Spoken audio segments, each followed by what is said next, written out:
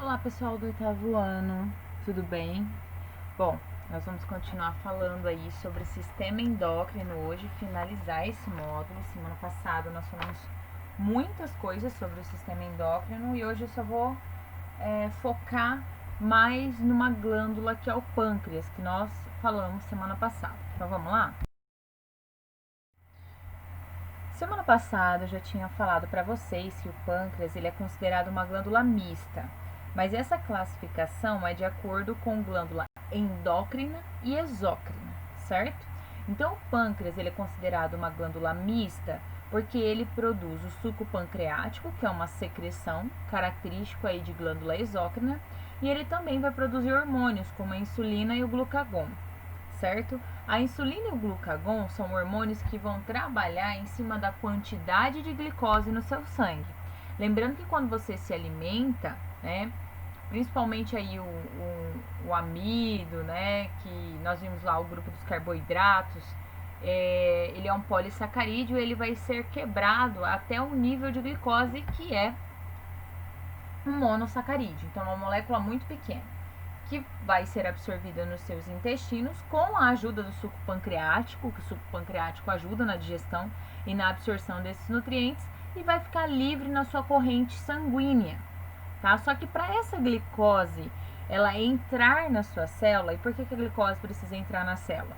Porque a quebra da glicose vai gerar energia, gerar ATP. Isso acontece na mitocôndria, que está dentro da célula. Então a glicose precisa entrar na célula. Para ela entrar na célula, ela não consegue entrar sozinha. Ela precisa da insulina. A insulina manda ela para dentro da célula.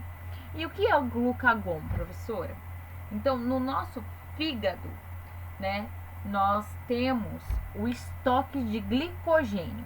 O glicogênio nada mais é que uma forma de estocar a glicose. Você transforma a glicose em glicogênio, você consegue estocar e quando você precisar, você tem como tirar do estoque. Então, o glucagon, ele quebra o glicogênio e libera glicose para sua corrente sanguínea. Bom, o pâncreas, ele tem algumas regiões que nós chamamos de ilhotas pancreáticas ou ilhotas de Langerhans. Por que ilhotas? Porque no microscópio, ó, essa é uma foto, né, de um microscópio. Tá vendo que no centro tem uma bolinha mais clara que parece uma ilha no meio de um oceano? Então, essas ilhotas de Langerhans são as células que produzem hormônios, a insulina e o glucagon. O restante das células do pâncreas produzem o suco pancreático, essas roxas aí mais escuras, tá? Então elas produzem o suco pancreático, enquanto que as células mais claras, elas vão produzir hormônios.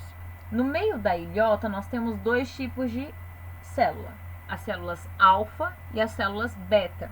Uma vai produzir a insulina e a outra vai produzir o glucagon. Então agora a gente vai entender como que esse mecanismo vai funcionar. Parece difícil, tá, pessoal? Mas esse esquema está na apostila de vocês, na página 308. É exatamente igual aí. O que vai acontecer? Quando a gente se alimenta, então a gente comeu lá o alimento, certo? O seu intestino funcionou, seu sistema digestório passou pelo seu estômago quebrou essa molécula. Você vai ficar com alta taxa de glicose no seu sangue. Por quê? Porque você quebrou os carboidratos, produziu, né? Quebrou até a nível de glicose, que é um nutriente, absorveu e essa glicose está livre no seu sangue. Quando a taxa de glicose está alta, o que vai acontecer? Essa taxa de glicose vai inibir a célula alfa. E a célula alfa produz glucagon. Então, não produz mais glucagon no seu corpo. O glucagon serve para quebrar o glicogênio. Porque eu não preciso quebrar glicogênio. Eu comi, eu tenho glicose no sangue. Então, essa alta taxa de glicose vai estimular as células beta. As células beta produzem insulina.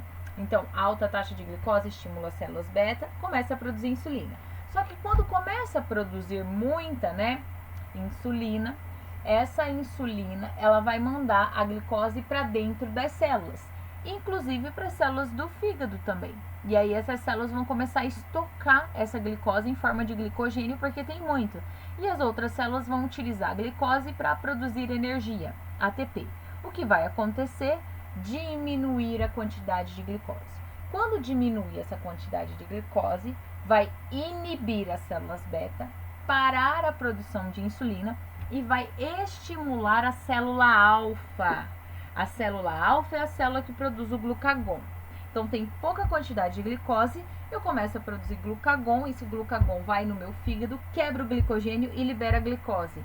Aumenta a taxa de glicose no meu sangue. Conforme vai aumentando a taxa de glicose, essa taxa de glicose começa a ficar alta, inibe as células alfa. Parou de produzir glucagon, começa então o estímulo para a produção de insulina. E esse ciclo continua. Isso a gente chama de retroalimentação ou feedback, tá? São ciclos aí que continuam e quando você tem, né, um determinado produto, um determinado fator elevado, vai inibir ou vai estimular a produção de um hormônio. Então isso acontece o tempo todo no nosso corpo, tá? De acordo com a nossa taxa de glicose no sangue. Bom, vou falar um pouquinho com vocês sobre o diabetes, tá? O diabetes é uma doença e nós temos dois tipos principais de diabetes, diabetes tipo 1 ou tipo 2, e é uma doença que está relacionada com o excesso de açúcar no sangue. Todas as pessoas diabéticas, se elas fizerem um exame de glicose no sangue, essa glicose vai dar em excesso, tá? Então você tem uma quantidade normal e você tem uma quantidade em excesso de glicose. Todas as pessoas que têm diabetes têm essa quantidade de glicose em excesso. Mas por quê, professora? Vamos lá.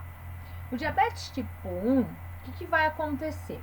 O seu organismo vai deixar de produzir insulina, tá? Ou ele vai produzir em pequenas quantidades que não vai dar conta de pegar essa glicose e mandar para dentro da sua célula. Então essa glicose começa a se acumular para fora da célula. E onde é? No seu sangue. Então ela se acumula ali. Isso acontece por quê? Porque as suas células betas, elas começam a morrer.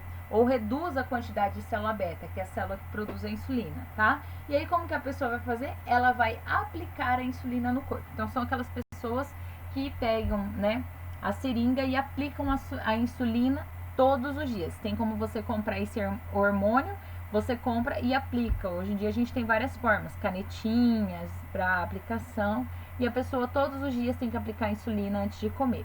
Normalmente esse tipo de diabetes dá em pessoas abaixo de 35 anos e pode ser um fator genético também, tá, pessoal?